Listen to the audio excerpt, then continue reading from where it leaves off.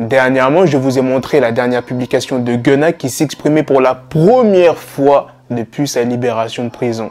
Et à votre avis, qui a réagi? 6ix9ine. Je vais vous dire ce qu'il a dit, ça ne sera pas la seule news dans cette vidéo, il y a aussi une très grosse news qui vient de tomber. NBA Youngboy ainsi que Kodak Black ont fait la paix. Après 5 ans de bif, enfin bref, je vais tout vous expliquer sans plus tarder.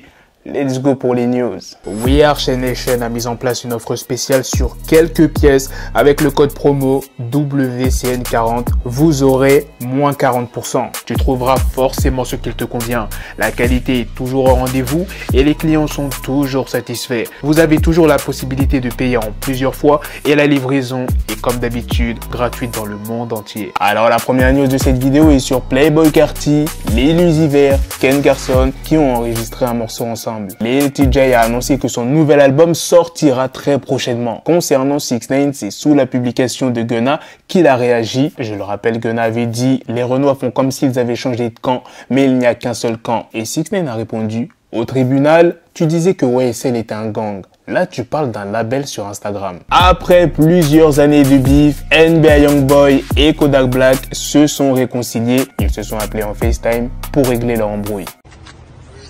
What's up, nigga? NBA Youngboy, what they do, bitch? What's up, nigga?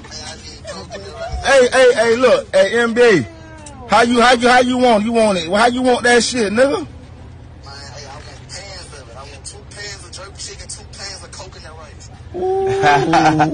Y'all boy eating good. En ce moment, Tory Lanez se fait terminer sur les réseaux sociaux. Pour quelle raison? À cause de son mugshot, sa photo d'identité judiciaire pour ceux qui ne le savent pas. Il a été jugé coupable par un tribunal de Los Angeles d'avoir tiré dans le pied de Megan Thee Stallion en 2020. Voici la photo en question. Pas mal de personnes l'ont comparé au prince de Bel-Air. Un internaute a dit « Le frère essaie tellement de sourire. Derrière ce sourire se cache un homme terrifié de se retrouver dans l'une des pires prisons des États-Unis.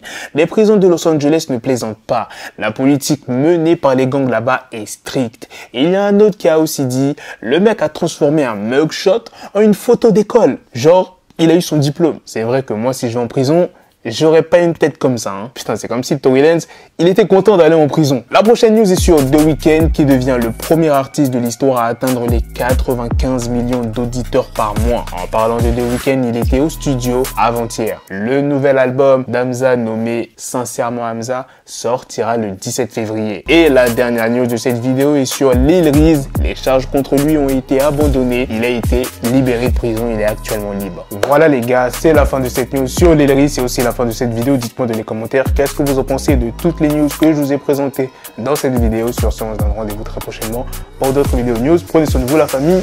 Peace.